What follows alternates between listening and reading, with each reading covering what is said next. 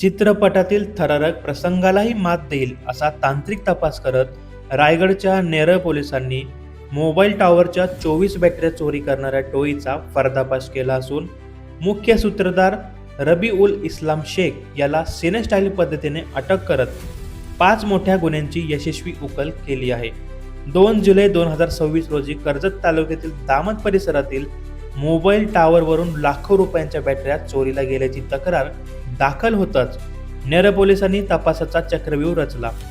कोणताही ठोस पुरावा उपलब्ध नसताना केवळ तांत्रिक विश्लेषण आणि गोपनीय खबऱ्यांच्या आधारे पोलिसांनी थेट शिवडी गाठून मुख्य आरोपीच्या मुसक्या आवळल्या. त्याची कसून चौकशी केली असता त्याने गुन्ह्याची कबुलीही दिली.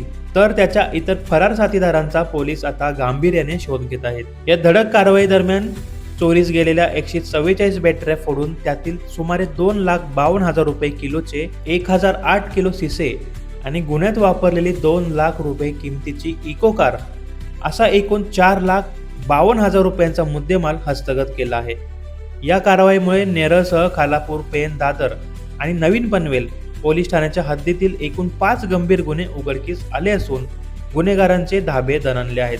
जनतेचे रक्षण आणि गुन्हेगारांचा कर्दनकाळ ठरलेल्या या मोहिमेत पोलीस अधिकारी सुशांत वरद, सचिन वाघमारे, राजाभाऊ केकान, विनोद वांगणेकर आणि अश्रू बेंद्रे यांनी आपल्या अफाट बुद्धिमत्तेचा, चाणाक्षपणाचा आणि शौर्याचा परिचय देत अत्यंत धाडसी कामगिरी फत्ती केली आहे. रात्रंदिवस एक करून गुन्हेगारांचे जाळे उद्ध्वस्त करणाऱ्या आणि फरार आरोपींच्या मागावर असलेल्या या रिअल लाईफ सिंघम अधिकाऱ्यांचे कौतुक होत आहे. तसेच वरिष्ठ पोलीस अधिकारी राहुल वरोटे यांच्या मार्गदर्शनाखाली ही मोहीम राबवण्यात आली होती.